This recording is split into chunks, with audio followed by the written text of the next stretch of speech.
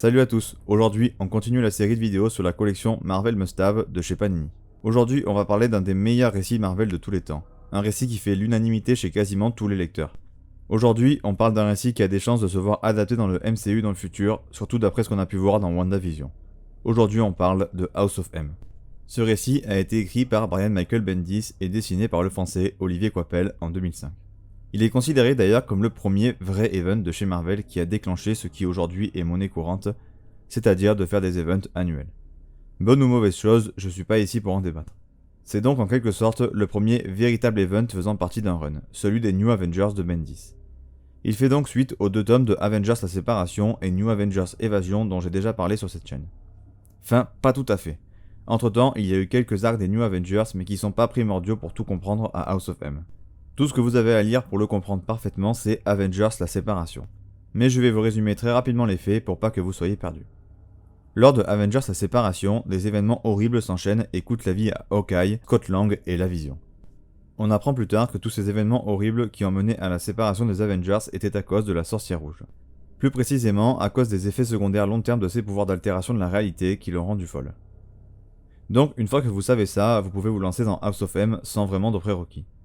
Alors bien sûr, si vous avez une très bonne connaissance de l'univers Marvel, vous allez pouvoir capter toutes les subtilités du récit, mais c'est pas forcément nécessaire pour apprécier ce récit à sa juste valeur. Mais sans plus tarder, lançons-nous dans le pitch. Après les événements de Avengers La Séparation, Magneto, le père de la Sorcière Rouge, récupère sa fille des mains des Avengers et l'emmène sur Genosha. Le professeur Xavier va alors essayer de soigner son esprit et de lui permettre de retrouver sa sanité. La Sorcière Rouge ne fait que rêver de son accouchement, le jour où elle a fait naître ses 2 jumeaux. Jumeaux qu'elle a fait naître grâce à ses pouvoirs, mais leur âme fut reprise par Mephisto. Enlevée de sa mémoire par Agatha Harkness pour la soulager de son chagrin, c'est la guêpe qui lui rappelle involontairement l'existence de ses enfants. Le professeur ne fait que lui rappeler qu'elle ne peut pas en avoir, Wanda est au fond du gouffre. Elle se rappelle avoir tué les Avengers, Hawkeye, Scott Lang et son amour de toujours, Vision. Après de longues et répétées tentatives de soigner la Sorcière Rouge par le professeur X et le Docteur Strange, il faut se rendre à l'évidence. La Sorcière Rouge ne peut pas être soignée et met en danger absolument tout le monde, car elle pourrait à tout moment modifier la réalité sans même le vouloir. Le professeur Xavier décide alors de réunir à la fois les X-Men et les New Avengers pour décider du sort de Wanda. Et le résultat est sans appel. Il faut tuer la Sorcière Rouge. Plusieurs héros sont absolument contre cette idée, mais les Avengers et les X-Men se rendent quand même sur Genosha pour gérer la situation. Mais sur le chemin, un grand flash blanc se produit. Le monde est alors plongé dans une nouvelle réalité, une réalité où les mutants et la maison M de Magneto dominent le monde. Bon, une fois n'est pas coutume, ce récit est fantastique. C'est clairement un des meilleurs récits Marvel de tous les temps, sa réputation n'est pas du tout erronée, loin de là. Je vais découper ma vidéo en 4 parties. Tout d'abord l'histoire, puis les personnages et les dessins, et la 4e partie sera réservée aux events. Ce sera les conséquences. Les events ont toujours des conséquences dans l'univers Marvel au sens large. Et s'ils sont importants, ça ne fait qu'augmenter la qualité de l'event en général. Et ici, c'est clairement le cas, mais on verra ça en dernière partie de vidéo. Tout d'abord, parlons de l'histoire et donc du scénario.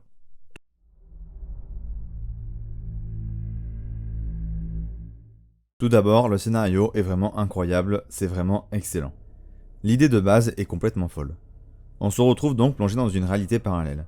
Mais ce n'est pas une réalité parallèle commune. Ici, on est dans une réalité parallèle créée par Wanda, la Sorcière Rouge, la fille de Magneto.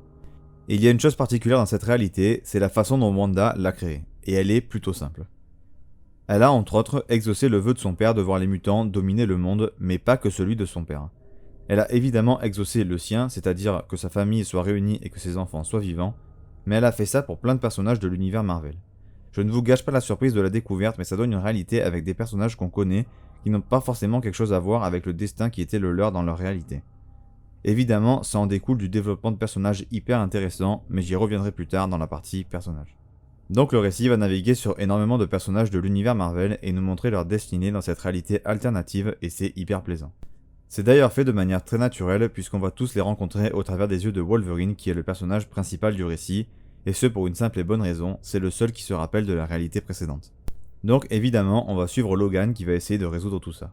Mais le bordel est tellement immense qu'il n'a aucune idée d'où commencer. Mais surtout, comment va-t-il faire pour atteindre la Sorcière Rouge qui est cachée bien au chaud dans le palais de son père et qui possède des pouvoirs absolument inimaginables? Wolverine va-t-il réussir à résoudre la situation ou va-t-il l'aggraver encore plus? C'est ce que l'histoire va nous raconter. Une des choses les plus intéressantes du scénario, c'est donc la découverte du monde dans cette réalité. On prend vraiment un malin plaisir à découvrir toutes les versions alternatives des différents personnages. Certains ressemblent à leur contrepartie dans la vraie réalité, d'autres au contraire, pas du tout. C'est justement là où les fans avec une grosse connaissance de l'univers Marvel vont se régaler encore plus que les néophytes. Quand on reconnaît chaque personnage, c'est tout bonnement excellent à lire. Chaque personnage est différent, mais en même temps ressemblant à son alter ego de la réalité normale. C'est un bijou pour les fans de Marvel qui connaissent tous les personnages et qui peuvent voir ce que chacun est devenu et parfois de voir quel est son désir le plus profond. Mais au-delà des personnages, sur qui je reviendrai plus en profondeur plus tard, c'est l'univers dans lequel on est qui est fascinant à découvrir. On est littéralement dans le rêve de Magneto. Vous avez vu tous les films X-Men avec Magneto. Vous avez peut-être vu des dessins animés X-Men avec Magneto. Vous avez peut-être même lu des comics X-Men avec Magneto.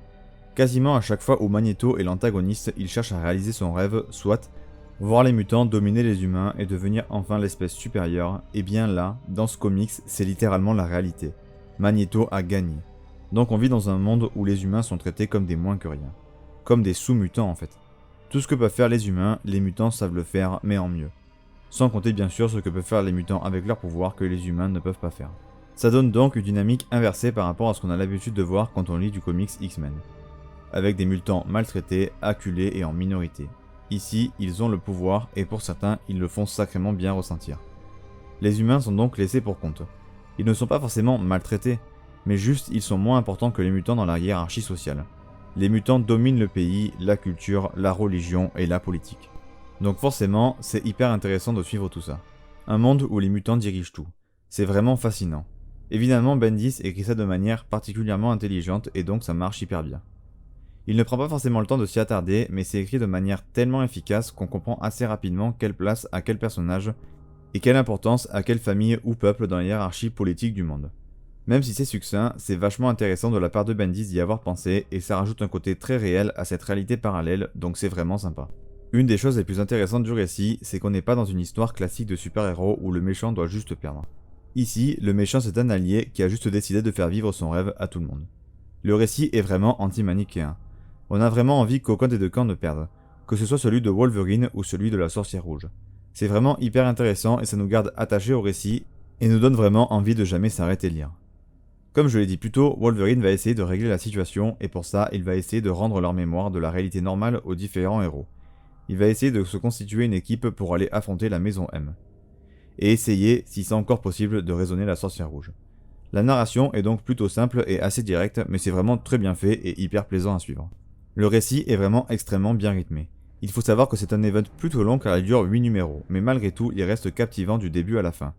Ces 8 numéros, c'est vraiment une durée parfaite pour réussir à accomplir tout ce que le récit veut accomplir, soit mettre en place une histoire, la développer de manière très correcte et efficace à l'intérieur de son univers, et mettre en place une intrigue et la résoudre.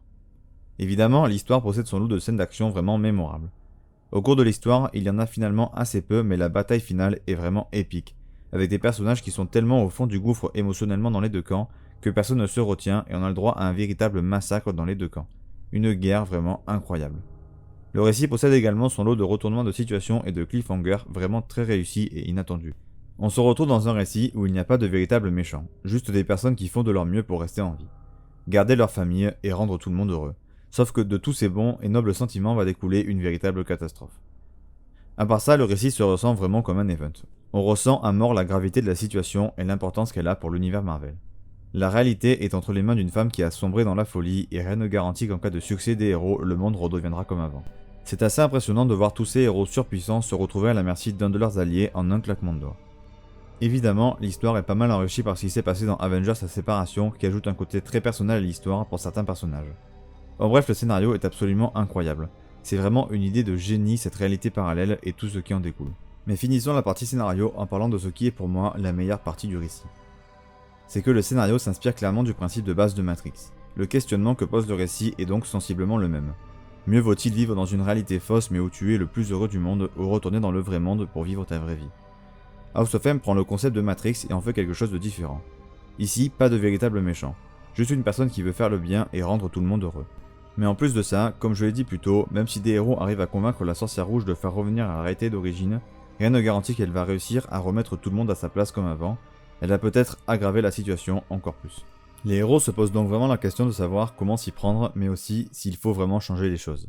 C'est vraiment passionnant et vraiment novateur dans le style super-héroïque. Encore une fois, c'est fait de manière assez succincte pour conserver le rythme, mais personnellement, je trouve que c'est juste assez pour parvenir à immiscer l'idée dans l'esprit du lecteur et le pousser à la réflexion. L'histoire se déroule d'ailleurs en majeure partie dans cette réalité alternative, même si on a le droit à certains passages dans la réalité normale, mais j'en dis pas plus. En bref, une masterclass de scénario comme rarement vu dans les comics.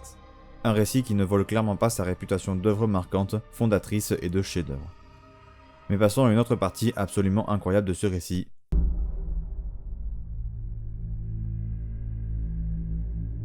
La toute première chose à savoir pour le développement des personnages, c'est les dialogues. Ils sont tout bonnement exceptionnels. Vraiment du début à la fin, c'est incroyable. Ils servent le récit à la perfection et permettent vraiment de s'attacher aux personnages. La situation est vraiment dramatique et donc ça en découle que les dialogues doivent l'être aussi. Et on ressent vraiment la gravité de la situation au travers des dialogues. Il y a d'ailleurs énormément de dialogues, mais ils sont ultra bien écrits et super percutants et ils servent toujours le récit à la perfection. Passons un peu aux personnages. Eh bien c'est simple, ils sont quasiment tous écrits parfaitement. Que ce soit leur rapport par rapport à la situation d'origine ou leur vie dans le monde parallèle, ou encore leur réaction quand ils découvrent la vérité, c'est vraiment parfait. Mais passons plus en détail sur les personnages qui ressortent le plus du récit et il y en a un paquet. En premier, je vais parler de Wolverine. Le personnage ne change quasiment pas par rapport à sa contrepartie de la réalité classique car il garde tout simplement tous les souvenirs qu'il avait dans cette réalité. Mais justement, c'est pour ça qu'il est intéressant. C'est le premier confronté à la vérité. Au début, il est choqué, déboussolé à un point, c'est impressionnant. Il ne sait plus où il est, ni qui il est. Il est également choqué de la vie qu'il a choisie au final dans ce monde idéal. Le perso est vraiment intéressant aussi sur la façon dont il va s'adapter aux événements et dont il va les gérer. Évidemment, vu qu'il sert de personnage principal, et il est autant surpris que le lecteur de ce que sont devenus les personnages dans ce monde. Il joue vraiment un rôle de leader vraiment cool à suivre, toujours prêt à se jeter dans la gueule du loup pour le bien commun, toujours aussi stylé. Luke Cage est vraiment intéressant dans ce récit pour une simple et bonne raison. Après avoir été mis en avant comme un mari et un Avengers exemplaire dans les récits qui précèdent House of M, ici il est littéralement un criminel. Il gère la pègre en quelque sorte. Mais il a un côté défendeur du faible qui est toujours bien présent. Comme quoi le vrai caractère des personnages ressort toujours, même dans une réalité parallèle. Le personnage est cool à suivre et a quelques dialogues franchement sympas. Hawkeye est l'un des personnages les plus intéressants dans ce récit, tout simplement car il est mort dans la vraie réalité et que dans cette réalité il est bien en vie. Donc une fois qu'il retrouve la mémoire, il comprend qu'il a été tué par la sorcière rouge. Donc sa réaction et ses émotions sont vraiment hyper intéressantes. Le personnage est hyper attachant sur ce côté, c'est hyper cool. Ensuite forcément, son destin dans cette réalité, comme pour Luke Cage, est intéressant, mais je ne veux pas vous spoiler. Petit mot pour Dr. Strange en passant, qui est toujours aussi charismatique et puissant, c'est un régal de le voir terrifié par la puissance brute de la sorcière rouge. Le personnage est toujours aussi sage, réfléchi et ça me régale. Bordel, Magneto est passionnant dans ce récit. C'est probablement le récit où je l'ai le plus apprécié. Le personnage est juste fascinant. Le monde autour de lui est juste à son image et on pouvait imaginer tout un tas de trucs sur un monde idéal, mais là on a la vraie version. Quel plaisir de voir ça. Mais le personnage est vraiment hyper intéressant pour deux moments particuliers récits dont je ne peux pas vous parler parce que c'est du spoil, mais bordel, quel régal. Il sort vraiment deux masterclass à ces deux moments et rappelle pourquoi c'est le meilleur personnage de la franchise mutante à mes yeux. À l'image de son père Magneto, Quicksilver est hyper intéressant dans ce récit et c'est clairement pour moi le récit où il est le plus développé et le plus intéressant. Particulièrement pour sa relation avec Wanda et les dialogues qui en découlent, quel plaisir. Le personnage est pour une fois plus que le fils de son père. Le personnage a une importance capitale dans le récit. Je ne peux pas vous en dévoiler plus, parce que sinon ce serait du spoil, mais tout ce que je peux dire, c'est qu'on peut clairement s'identifier au personnage, surtout par rapport à la situation de sa sœur. C'est clairement une des meilleures parties du récit, le personnage est captivant.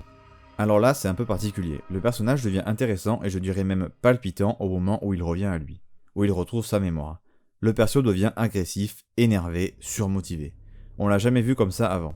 On voit vraiment que lui avoir volé sa vie de rêve va le rendre presque fou. Le personnage prend un tout autre aspect que sa version de la réalité d'origine et c'est vraiment un pur plaisir. Le contexte de cette réalité va également faire ressortir pas mal de personnages humains car ils sont bien différents dû à leur minorité. Donc certains personnages vont tomber dans la délinquance ou vont juste vivre leur vie paisiblement dans leur coin sans intervenir. Parfois de peur de se frotter aux mutants, parfois parce qu'ils vivent leur vie rêvée et souhaitent donc rien de plus. Pareil pour les mutants, c'est d'ailleurs particulièrement intéressant de voir ce que certains X-Men font avec ce pouvoir. Et certains sont bien moins des héros que ce qu'on pourrait croire, et peuvent être particulièrement imbuvables comme Tornade par exemple, ou Gambit. Mais il y a un personnage dont je veux parler plus que tout, un personnage absolument magistral, le meilleur personnage de ce récit et de très loin, je veux évidemment parler de la sorcière rouge. Bordel que ce personnage est bien. Le perso est juste parfait dans son développement, c'est clairement dans cette histoire un des meilleurs personnages, tout comics confondu de tous les temps littéralement. Son développement depuis Avengers la séparation est tout bonnement parfait, sans aucun défaut. Je ne sais même pas comment insister encore plus. Bendis sort une masterclass d'histoire de personnages avec la sorcière rouge, c'est une dinguerie. Le personnage est tellement l'opposé d'un méchant, c'est du jamais vu. Et pourtant, elle va avoir un impact négatif plus grand que 99% des méchants de l'histoire, et elle fait même pas exprès. Elle a fait tout ça en ayant profondément un bon fond. Elle ne veut pas se venger, elle veut juste réparer ses erreurs. Au début de l'histoire, elle est rongée par les remords de ses actions dans Avengers la séparation. Elle ne peut plus se regarder en face.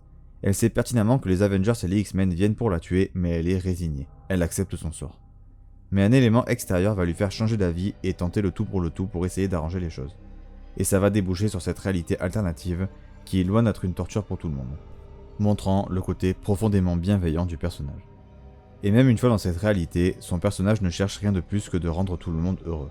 Elle veut une réalité parfaite où tout le monde vit sa vie de rêve. Évidemment, ça n'est pas aussi simple et ça va lui jouer des tours. Autre côté super intéressant, c'est la puissance du personnage. Sa puissance brute semble complètement sans limite et personne ne semble en mesure de tenter de l'arrêter. Je vous garantis que quand même le Docteur Strange a peur et prend autant de précautions pour tenter de stopper quelqu'un, c'est qu'il ou elle a un niveau de puissance absolument astronomique. Son destin est d'ailleurs particulièrement intéressant aussi, mais surtout en accord avec son personnage. Mais j'en dis pas plus au risque de spoiler. En bref, un des meilleurs développements de personnages de tous les temps, juste incroyable et avec des conséquences qui la suivront toute sa vie et définiront sa vie jusqu'à la fin des temps. Bon, il est l'heure de parler d'une autre masterclass. Oui, il y a que des masterclass dans ce récit, et qu'est-ce que j'y peux moi? Bien sûr, on va parler des dessins. Du français, Olivier Coipel.